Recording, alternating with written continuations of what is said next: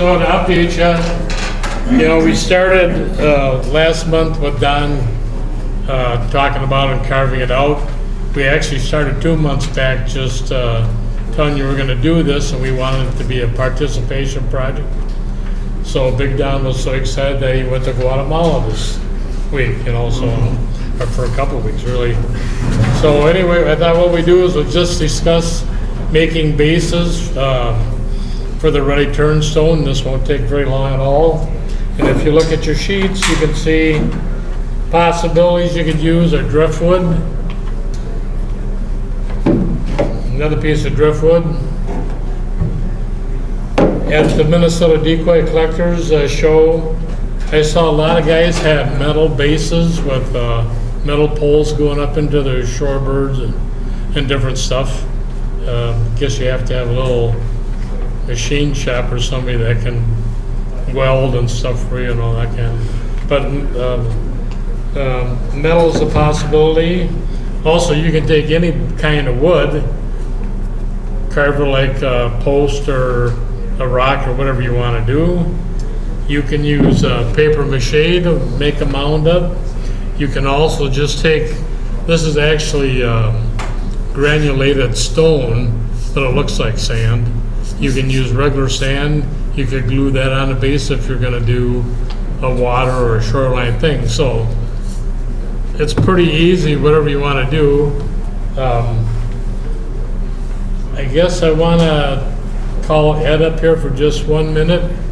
Just give us a minute and a half of what you make bases out of for your shorebird carvings.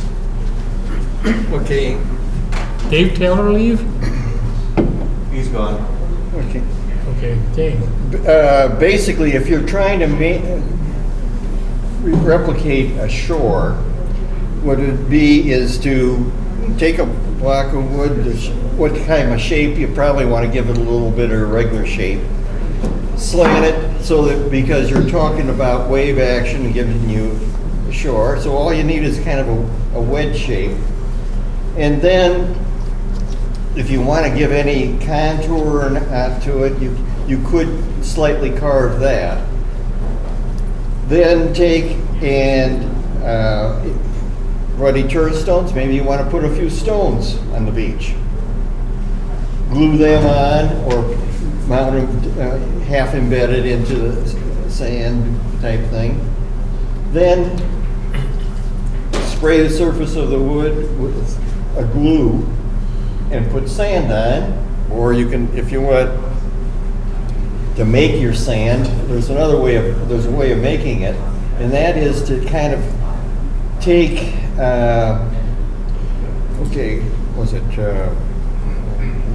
wood. Shaving sawdust? No, well, you could do that, but I was thinking of, that's a cheap way.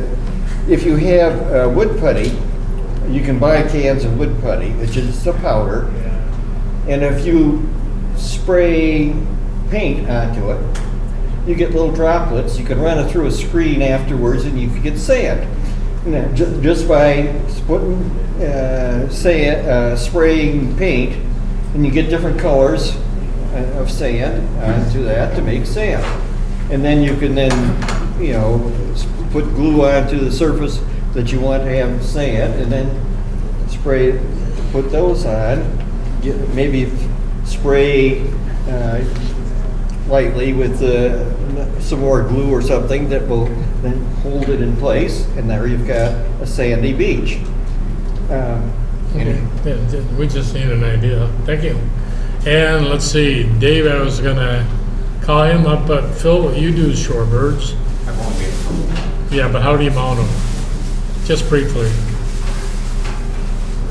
I guess I just use wood blocks myself. I haven't done anything fancy on but I do have about 20 pieces of driftwood ready to go that I've dug up. Yeah, and as you see on your list, I've given you a couple stores that are out of town, and also, Hobby Lobby and Michael's. I mean, they've got driftwood in there. They got all kinds of stuff. Local harbors, you can find this stuff probably anywhere without going on the internet. Dave, do you do, Denny, do you do some shorebirds? Not too many? Very few. I got a big piece of it's red cedar and it's full of holes.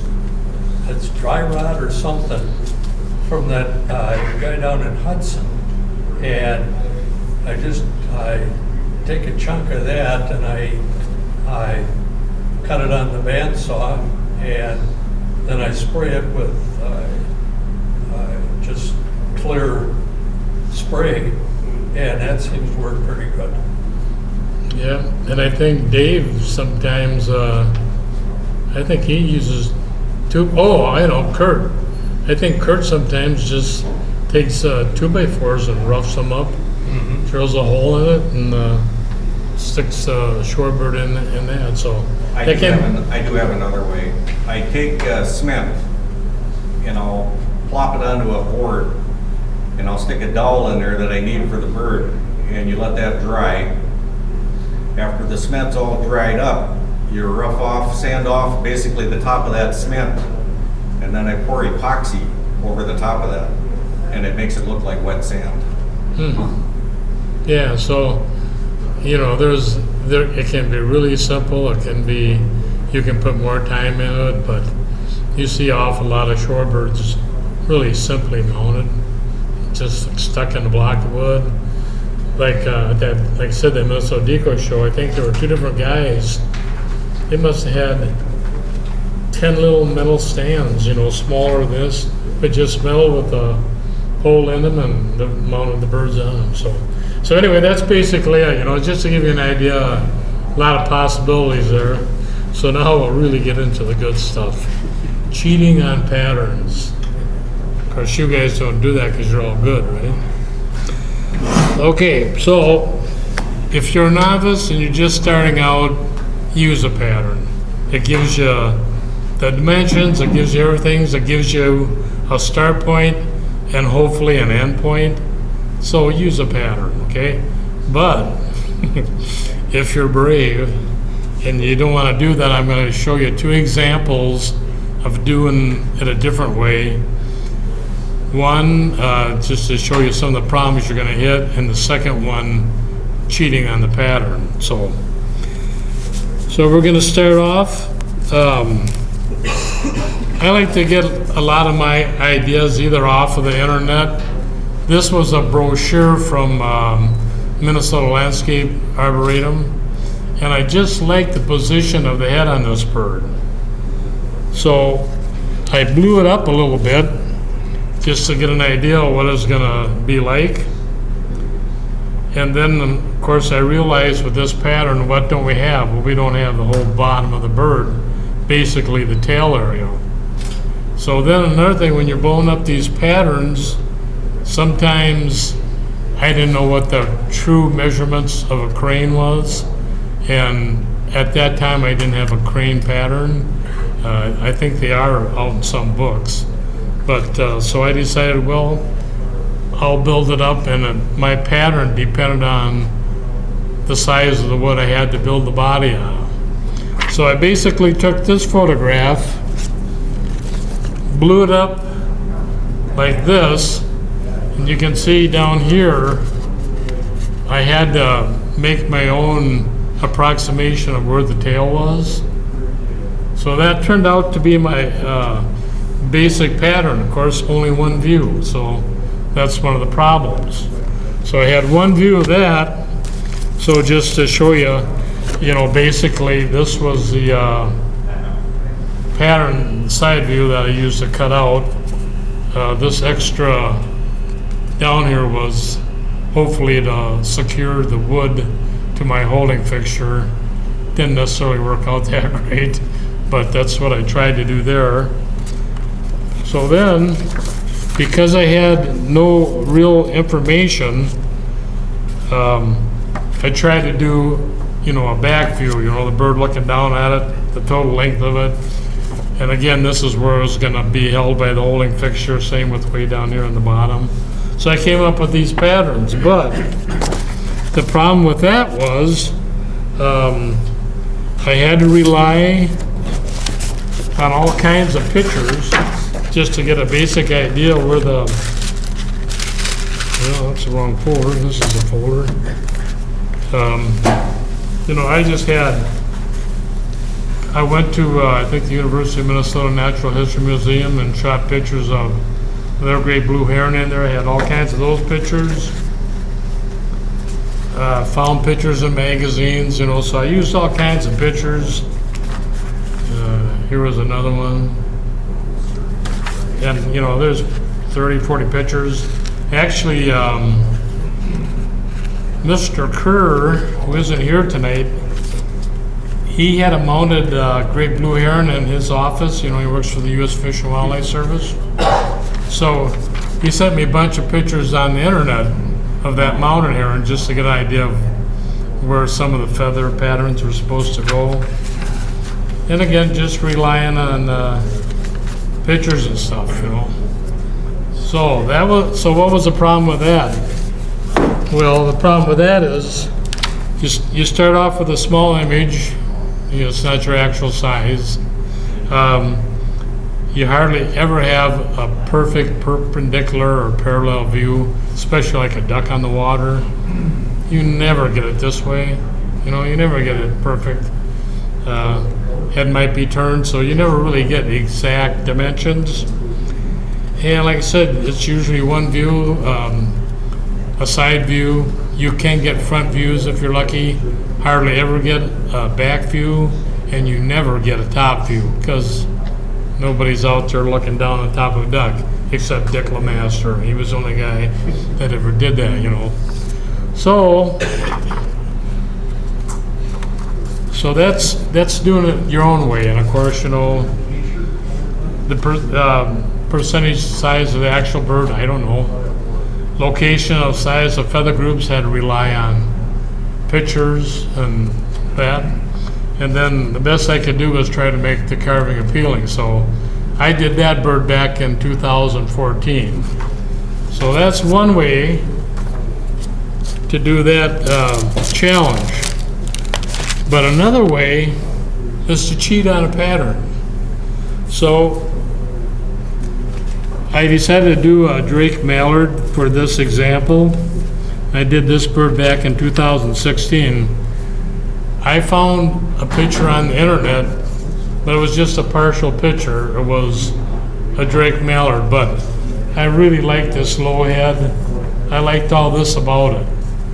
So to cheat on this pattern and try to get it more accurate, I found in Godden's book, he had a low head Drake mallard pattern in there. Wasn't the same as I was going to make mine, but it was a good place to start, and I think everybody realizes that as far as accuracy is probably the best, you know, and especially for just general patterns. So I started with that. Well, then you see down there it says I decided to blow it up 110%. I think that was based on bill length and stuff. And I mentioned your name here at the end of all this because of all the work you've done doing patterns here, and we'll get to that. So here was basically the 110% size of the mallard I wanted to do. Okay? So then, like I said, Godden had a low head mallard. You know, nice length is usually really accurate. Top views, his body shapes are really accurate. You know, if you had a 4-year degree in duckology, I think he's got a 6-year degree in duckology, doesn't he?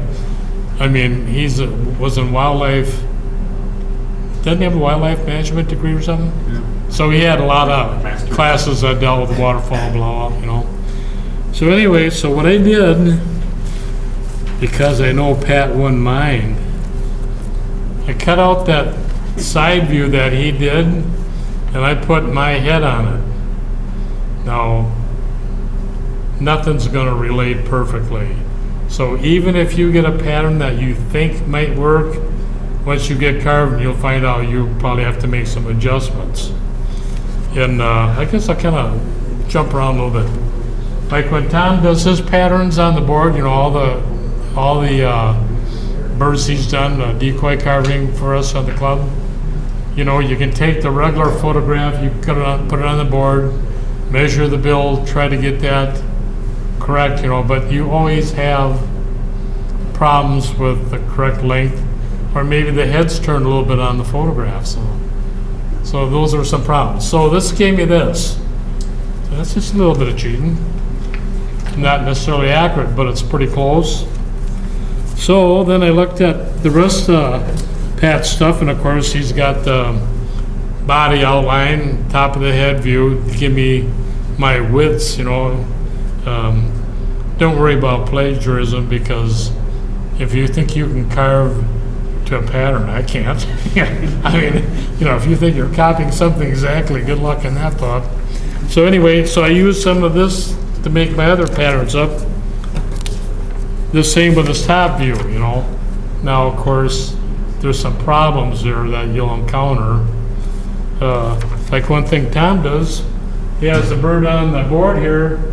He draws the lines up where the shoulders come down, the end of the side pockets, and beginning of the tail, the end of the tail, all that stuff. You've seen that, what, 3-4 times now? And so, I mean, you can kind of do the same thing with this. So anyway, that got me to making my head pattern. There's my side pattern. And there's my body. So at least I know these are fairly accurate, because I'm cheating. I'm using God's measurements, right? Can't be all bad. If the carving comes out the way it does is another whole nother question. So going through that,